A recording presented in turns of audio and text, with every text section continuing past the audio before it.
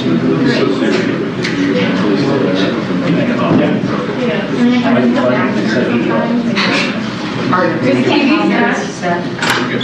they're good. 2 minutes. Okay. 2-minute warning. Roland, you're coming over on your 2-minute warning in the Roosevelt room. 2-minute warning. What's up, Billy? Are you recording? I'm not. I was telling Jay. I don't know why he's not. Jay was telling one time. Jay. Yes. Channel 1, line level. Channel 1, line level.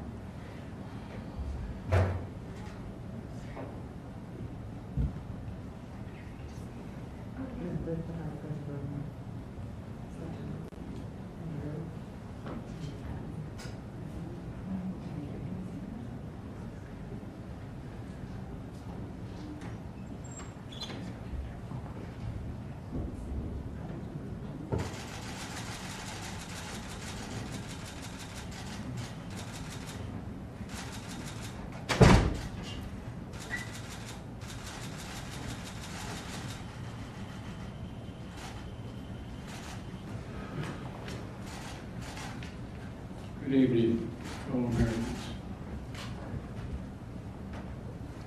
I had hoped when I became president I would not have to do this again. Another massacre, Uvalde, Texas, an elementary school. Beautiful, innocent, second, third, fourth graders. And how many scores of little children who witness what happened, see their friends die as if they're on a battlefield, for God's sake.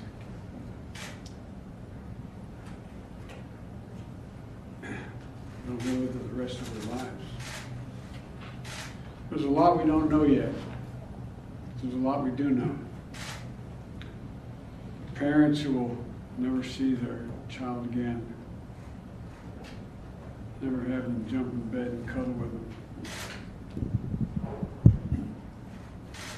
Parents who will never be the same.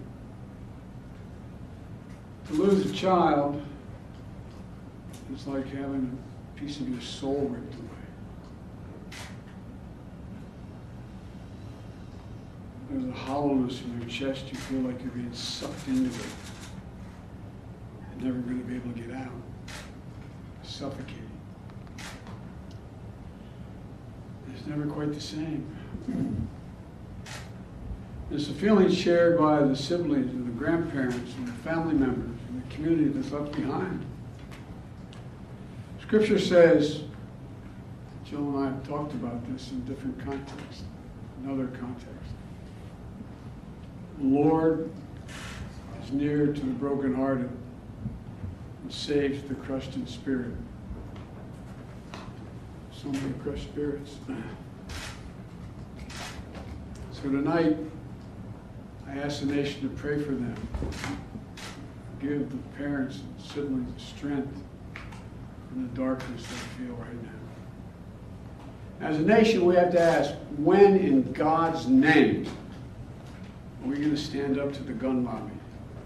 When, in God's name, we do what we all know in our gut needs to be done?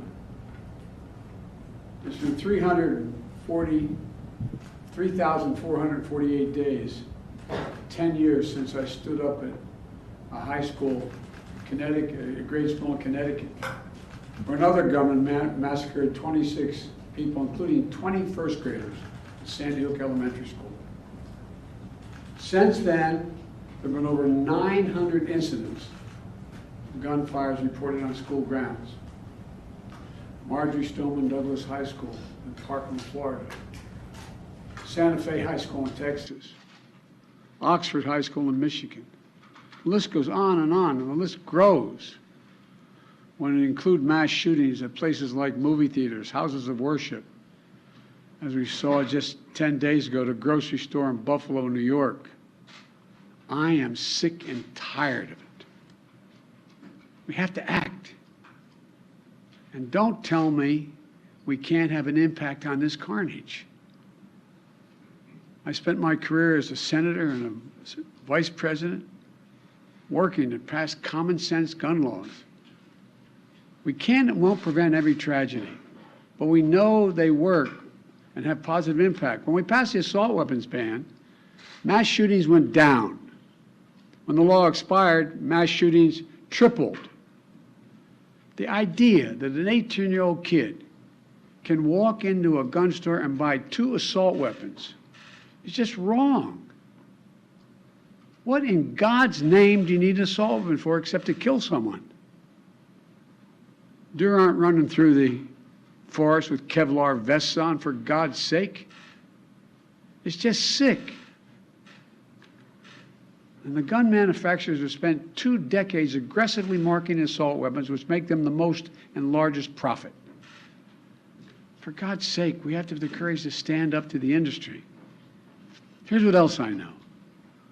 Most Americans support common sense laws, common sense gun laws. I just got off a trip from Asia, meeting with Asian leaders. And I learned of this while I was on the aircraft. And what struck me on that 17-hour flight, what struck me was these kinds of mass shootings rarely happen anywhere else in the world. Why? They have mental health problems. They have domestic disputes in other countries. They have people who are lost. But these kinds of mass shootings never happen with the kind of frequency they happen in America. Why? Why are we willing to live with this carnage? Why do we keep letting this happen? Where in God's name is our backbone to have the courage to deal with it and stand up to the lobbies? It's time to turn this pain into action for every parent, for every citizen in this country. We have to make it clear to every elected official in this country. It's time to act. It's time for those who obstruct or delay or block the common sense gun laws. We need to let you know that we will not forget. We can do so much more. We have to do more. Our prayer tonight is for those parents lying in bed and trying to figure out, will I be able to sleep again? What do I say to my other children? What happens tomorrow?